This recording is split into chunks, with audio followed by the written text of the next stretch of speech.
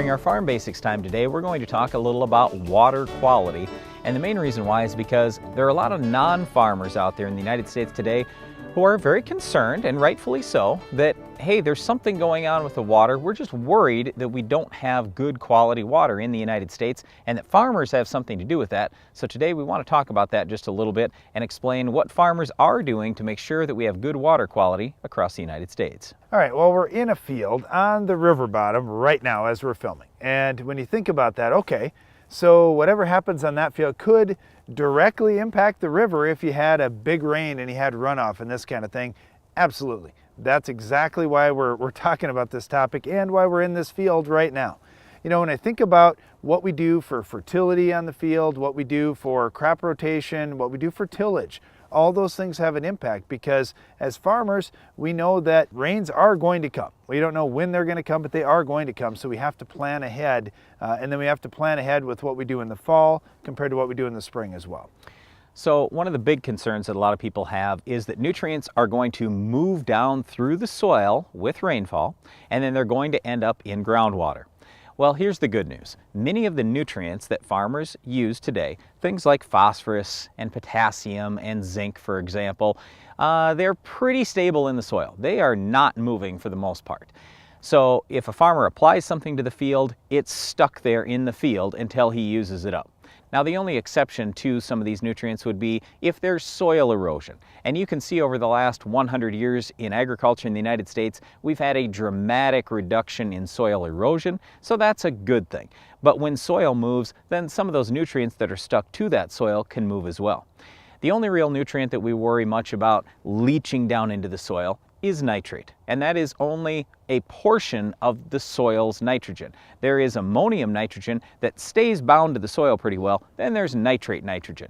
But the good news is crops use a tremendous amount of nitrogen, even crops like soybeans, where a lot of people say, well, you don't have to apply nitrogen to soybeans.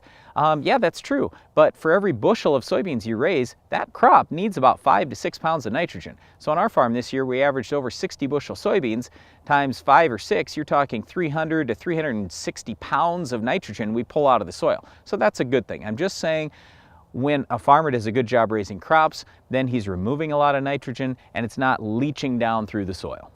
Hey, the other thing you mentioned there, Brian, was just about soil erosion in general. And when you think about it, for a farmer, that's his livelihood. That's his source of income, is that soil. And the richest part of the soil is the topsoil. So the top few inches are the most important to the farmer.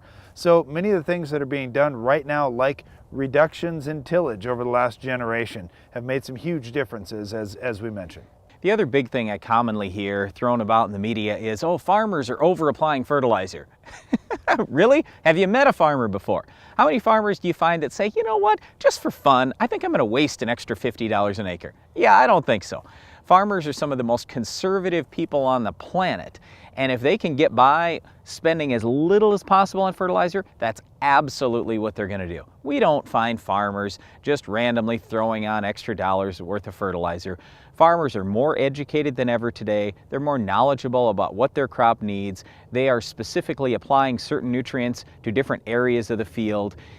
It's an awesome thing. So I guess I just want to hopefully set your fears to rest that no, we're not too worried about water quality overall in the United States from farmers over applying fertilizer or anything like that. I would say this, when you look at rivers and lakes and streams and everything across the country, there are water treatment plants, sewage treatment plants, and quite frankly, there are a lot of people in town who are way over applying fertilizer. Well, that stuff ends up in the street, that ends up in the storm sewers right in the river. So we get a lot more concerned about what happens in the cities than we do on farms today when it comes to overall water quality.